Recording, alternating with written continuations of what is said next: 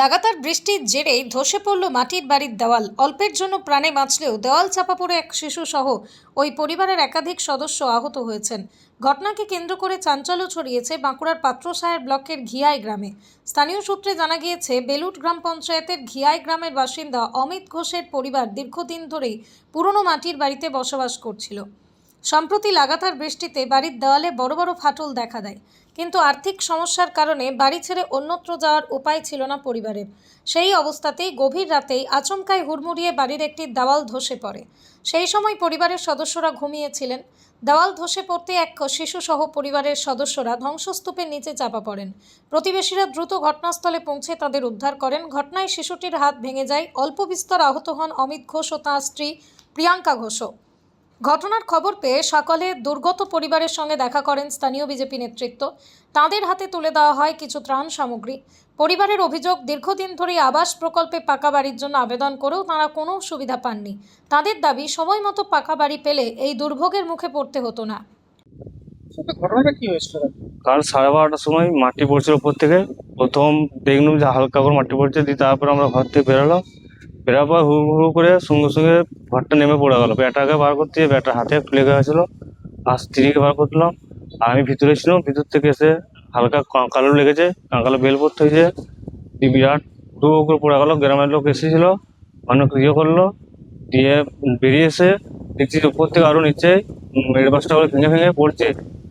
তখন 12:30 বাজে, 12:30 থেকে রাত 2টো পর্যন্ত এরকম হচ্ছে।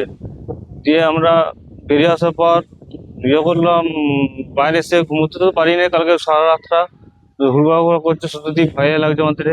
দিয়ে আমাদের ছেলেটাকে বার করানোর পর তারপর আমরা ইয়ে করলাম। হ্যাঁ, রুমটা আমরাই শুয়েছিলাম। আমি তো প্রথম থেকে বুঝেছি যে যখন পড়ছে তখন সঙ্গে সঙ্গে বেরিয়ে চেষ্টা করুন, কিন্তু পাইনি। তারপর খাট আলমারি সবই ভেঙে গেলো।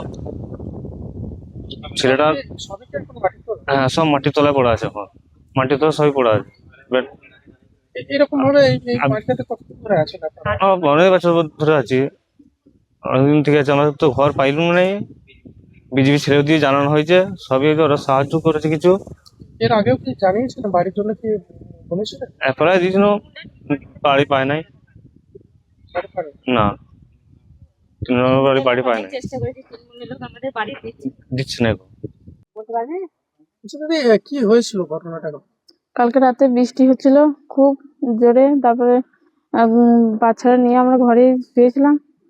দিয়ে তারপর ঘর যখন ফাট ধরলো তখন আমরা বাইরে এলাম। তখন দেখে এসে বাইরে বেরোলাম, তখনই সব ঘর পড়ে গেল। দিয়ে আশেপাশের লোকরা সব এসে সব না তুললো, সবাইকে বার করলো। আপনারা কি তখন ওখানেই শুয়েছিলেন? হ্যাঁ, ওইখানেই শুয়েছিলাম। আপনারা ভাঙছে এরকম বুঝতে পারে বেরিয়ে? হ্যাঁ, তখনই ভাঙছে, তখনই বুঝতে পারলো। কে কে ছিলেন বাড়ির ভিতরে? আমার স্বামী ছিল আর আমার সন্তান আর আমি। কারো কোনো ক্ষতি হয়েছে? এই যে আমার বাচ্চাটা, কি হয়েছে? ওই যে কি হয়েছে? ওই হাতে লেগেছে। আপনার লেগেছে? এটা কতদিন এরকম ভাবে আছেন আপনারা? এটা আমার অনেকদিন, 1 বছর ধরে আছে। মানে এই এই মাটির বাড়িতে বহুদিন আছে? বহুত দিন আছে। হ্যাঁ। পাকা বাড়ি পাননি? না। কি হয়েছিল? কি হয়েছিল, এটা আমরা খাওয়া দাওয়া করে শুয়েছি, রাত্রি জল হচ্ছে, জল হওয়ার পর বাড়িটা পড়ে গেছে। বাড়ি পড়ার পর ছেলে তো বার করতে পারছি না, পাশাপাশি লোক এসে আমাদেরকে সব সাহায্য করে বার করে। তারপর বাচ্চাটা গায়ে চাপ মাটি পড়ে, হাতে ভেঙে যায়। তারপর কতদিন ধরে আছেন এরকম বাড়িতে অনেক দিন ধরে আছি। তৃণমূলের ওরা পার্টিতে এত চেষ্টা করেছি, গেছি, এত চেষ্টা করেও আমাদেরকে বাড়ি দিচ্ছে না। আমাদের বাড়ি নাই, এতগুলো লোক, আমরা একটা বাড়িতে আছি আলাদা হয়ে, তাও আমাদের এত চেষ্টা কোনো দিল না। তা এরপর আজকে এই ঘটনাটার পর বিজেপির ছেলেরা এসে সাহায্য করলো, দেখলে সব ইয়ে করলো। রাত্রের মধ্যে শুয়েছিলেন, বড় সড়ো দুর্ঘটনাও তো ঘটে যেত। হ্যাঁ, দুর্ঘটনা তো ঘটে গেল, বাচ্চাটার ক্ষতি হলো, ওইটুকু বাচ্চা।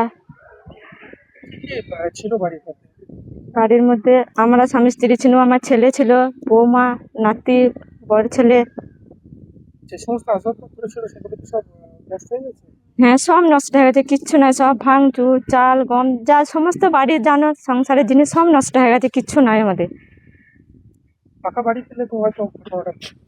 হ্যাঁ, পাকা বাড়িতে অনেক চেষ্টা করলাম, তৃণমূলের লোক তো কিছুই দিল না আমাদেরকে, এত চেষ্টা করেও পারলাম না, তৃণমূলের লোক দিল না। তৃণমূলের লোক যদি দিত আমাদের তো এই অবস্থা হতো না, আমাদের যেমন তেমন বাচ্চাটারও তো এরকম হতো না।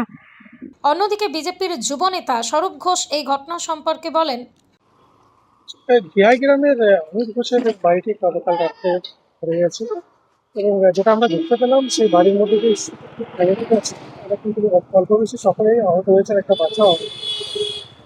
আপনারা কি গিয়েছিলেন, কি দেখলেন? হ্যাঁ, কালকে অমিত ঘোষের বাড়িটা বৃষ্টির কারণে ভেঙে পড়ে গিয়েছিল। আমাদের কাছে খবর আসে রাতেই, আমরা ওনার বাড়ি পৌঁছে যাই আমাদের কর্মী সমর্থকদের নিয়ে। বাড়ির সমস্ত কিছু জিনিস উদ্ধার করা হয়েছে, এখনও মাটি চাপা পড়ে আছে, খাট, আলমারি, বাক্স, কিছু খাবার টাবার মানে যে সমস্ত চাল টাল থাকে সেগুলো সব চাপা পড়ে আছে। আমরা যে যতটা পেরেছি উদ্ধার করে দিয়ে এসেছি, অর্থাৎ আমরা কিছু ওনাকে সহযোগিতা করে এসেছি, এখন যাতে ওনার দিন দশেক চলে তার জন্য সহযোগিতা করে এসেছি।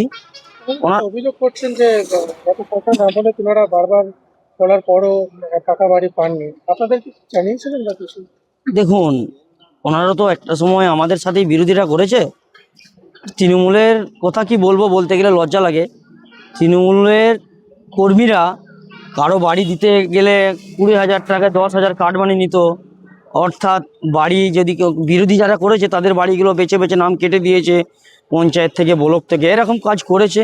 ওরা বারবার অ্যাপ্লাই করেছে বাড়ি, ওরা পায়নি, আমাদের কাছেও এসে বলেছে, কিন্তু তখন তো আমাদের কিছু করার ছিল না।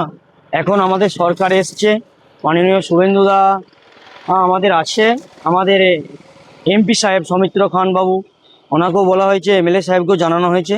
প্রধানমন্ত্রী আবাসের ব্যবস্থা আমরা ওনাকে যত যদি করে দেওয়া হয়েছে, যত তাড়াতাড়ি পারবো আমরা ওনার বাড়িটা তৈরি করে দেওয়াতে পারলে আমরা খুবই খুশি। আমাদের দল ওনার পাশে আছে, অর্থাৎ আগামী দিনে উনি বাদেও